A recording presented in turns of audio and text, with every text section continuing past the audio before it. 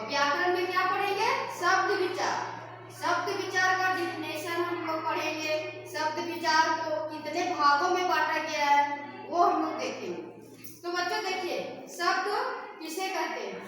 शब्द वह है जो वर्णों के सार्थक समूह को, वर्णों के सार्थक समूह को हम क्या बोलते हैं? शब्द कहते हैं। जैसे कि वर्ण, वर्ण क्या हुआ? क ख ग घ जो हुआ ना, सा ग घ ग च छ ज झ ञ, उसको एक ग्रुप में जब हम लोग रख देंगे तो वही उसी को हम बोलेंगे शब्द। ठीक है, जैसे यहाँ पे देखिए, ये भ जोड़ लो, ज हलंत य, न हलंत य, ये जो ये बन गया ना, जोड़ने के बाद ये हो गया ना भोजन, यही कहलाया शब्द, यही कहलाया शब्द। ठीक है, अब हम लोग देखेंगे शब्दों को कितना प्रकार होता है, कितना भेद होता है। ठीक है, तो हम शब्दों को हम चार तरह से बांटते हैं।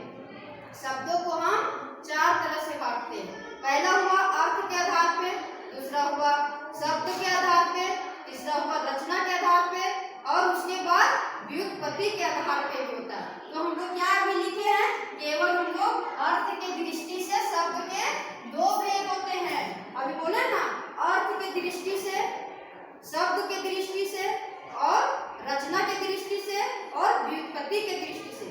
ये हम लोग शब्द के चार तरह से बांटते हैं, चार तरह से भेद देंगे। तो हम लोग एक भेद अभी बताए हैं, अर्थ के दृष्टि से शब्द के दो प्रकार होते हैं, वो सार्थक होता है और दूसरा निरर्थक होता है। सार्थक जिन शब्दों को किसी अर्थ का बोध हो उसे हम सार्थक शब्द कहते हैं। जैसे कि गाय, गाय का अर्थ निकलता है ना भागना, भागना जैसे हम तेजी से जोड़ते हैं, दौड़ते हैं। मेज, मेज क्या हुआ? जो हम लोग टेबल, टेबल मेज होता है वो। तो ये सब का सारा का मतलब निकल रहा है, तो यही हुआ सार्थक शब्द। अब निरर्थक हो गया, निरर्थक शब्द जिन शब्दों का कोई अर्थ ना हो वे निरर्थक शब्द कहते हैं। जैसे हो गया बाजार, बाजार को हम बाजार लिखेंगे, ये किताब को किताब लिखेंगे, इसका मतलब निकल रहा है, किताब का मतलब निकल रहा है, तो किताब जो है सार्थक में चला जाएगा। लेकिन किताब जब हम लिखेंगे तो उसका मतलब निकल रहा नहीं ना, तो किताब जो हो गया वो निरर्थक हो गया। बाजार जो हो गया वो निरर्थक हो गया, जिसका अर्थ ना निकले वो निरर्थक हो जाएगा। ठीक है, समझने वाला वर्ड बोले। जैसे चर, चू, खटर, ये सब का भी वर्ड नहीं निकल रहा है, इसीलिए अर्थ नहीं निकल रहा है, इसीलिए निरर्थक शब्द कह रहे हैं। व्याकरण में केवल सार्थक शब्दों का ही अध्ययन किया जाता है।